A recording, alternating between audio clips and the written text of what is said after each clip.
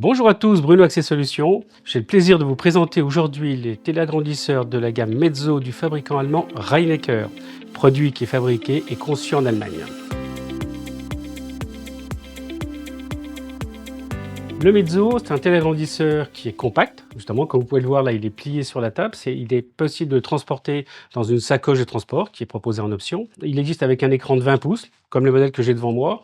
Et là, il est très compact, il n'a pas non plus de plateau, ce qu'on appelle XY, un plateau qu'on peut déplacer. C'est juste une plaque et on déplace le document en papier. Mais le même modèle existe aussi avec un plateau XY, donc toujours en 20 pouces. Et on a un troisième modèle dans la gamme qui est le Mezzo 24 pouces avec plateau XY uniquement. Il n'existe pas avec une plaque, il est toujours fourni avec un plateau XY. Et il existe aussi une sacoche de transport pour le modèle 24 pouces. Pour mettre en place cet appareil, il suffit tout simplement de soulever la caméra. On a un petit clac, le système est directement prêt. Je baisse l'écran, je le ramène vers moi. Voilà, mon téléagrandisseur est positionné. Alors on peut le régler au niveau de la hauteur, hein. On a différentes possibilités par rapport à sa taille. Pour allumer le téléagrandisseur, je peux glisser ma main sur le bout et je vais sentir il y a deux boutons. Le bouton de droite, c'est le bouton qui allume. Et pour être sûr de bien le repérer, si on a un petit point de repère au toucher, on a derrière ce bouton, on ressent un petit bouton qui est la LED. Donc on est sûr d'être sur le bouton arrêt marche.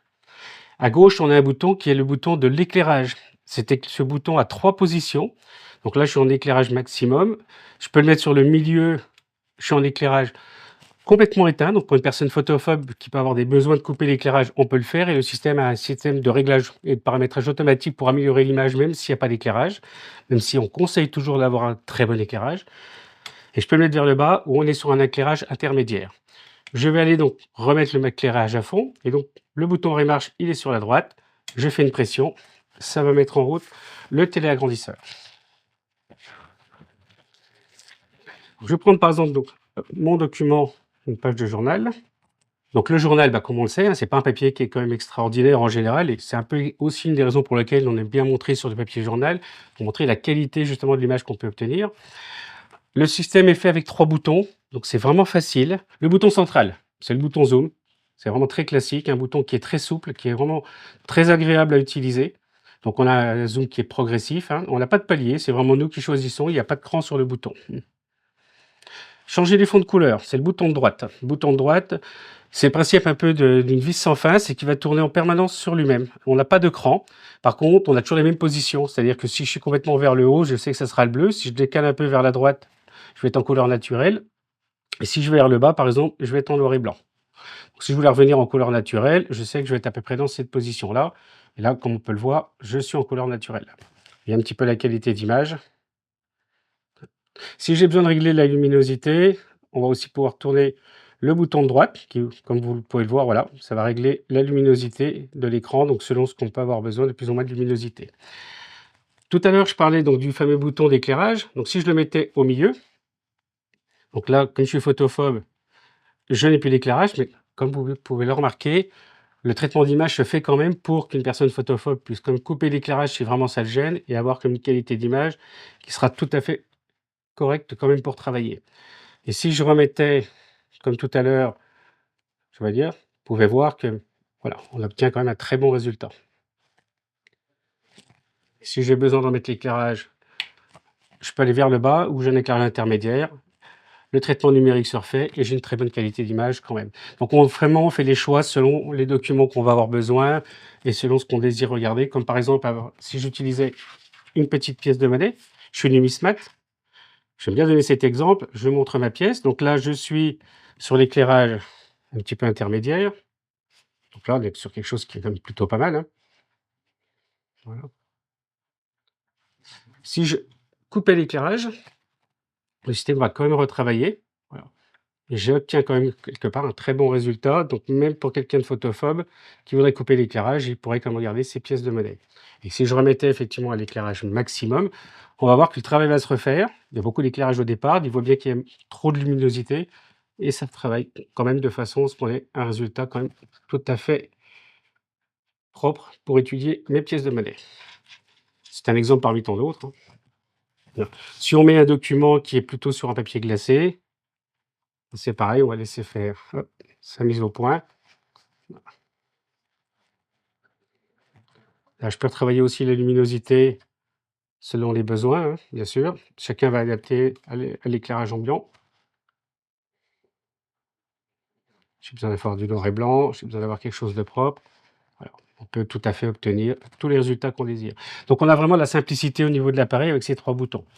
Si je remets mon petit journal, ça on a bien du texte, on va aussi pouvoir obtenir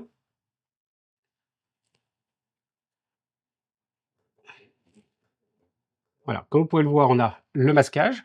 Donc on va tourner le bouton de droite pour gérer l'épaisseur de mon masquage, mais si je voulais passer en mode ligne, je vais tout simplement tourner et là, j'ai ma ligne de lecture au lieu d'avoir le masquage. Et si je veux repasser en masquage, je tourne vers la droite et je suis de nouveau en masquage.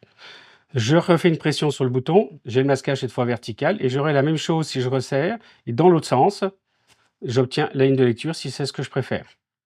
Je refais une pression, je quitte le mode masquage ou le mode ligne. Si j'avais besoin d'avoir l'aperçu, donc l'aperçu, je vais grossir, j'appuie sur le bouton et là il va me montrer le document. Moi j'ai envie d'aller grossir cette partie-là, donc je me mets au centre et je relâche et là comme ça va me permettre de grossir la zone que je viens de choisir. Donc ça c'est ce qu'on appelle l'aperçu ou l'overview. Vous avez besoin d'aller dans le menu. Chez Rainmaker, les menus, que ce soit le Vidéomatic, donc c'est un téléagrandisseur de bureau, ou que ce soit sur le Gamezzo, il suffit tout simplement d'avoir un bouton. Vous allez voir que le menu est le même. Je maintiens le bouton des fonds de couleur et vous accédez au menu. Vous avez vu, il faut une pression un petit peu longue, c'est fait exprès pour ne pas l'ouvrir par inadvertance. Et pour se déplacer dans le menu, on le fait tout simplement avec le bouton zoom.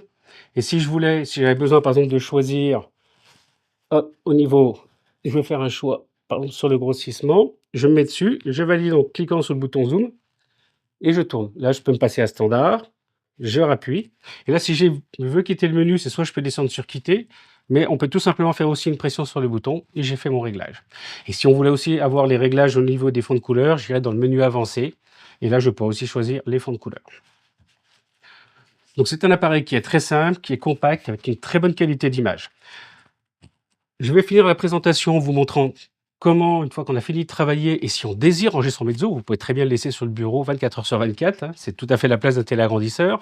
Mais si vous avez besoin de le replier parce que les petits-enfants viennent à la maison, vous avez de la famille, vous ne voulez pas laisser traîner parce que le bureau va servir à autre chose ou votre table, on peut le replier pour le ranger facilement sous un lit où vous avez envie de le ranger. Donc pour ça, je vais éteindre mon appareil, donc toujours le bouton de droite, je fais une pression, et pour le plier, je vais conseiller, c'est de mettre les mains sur le haut de l'écran, d'aller vers le bas.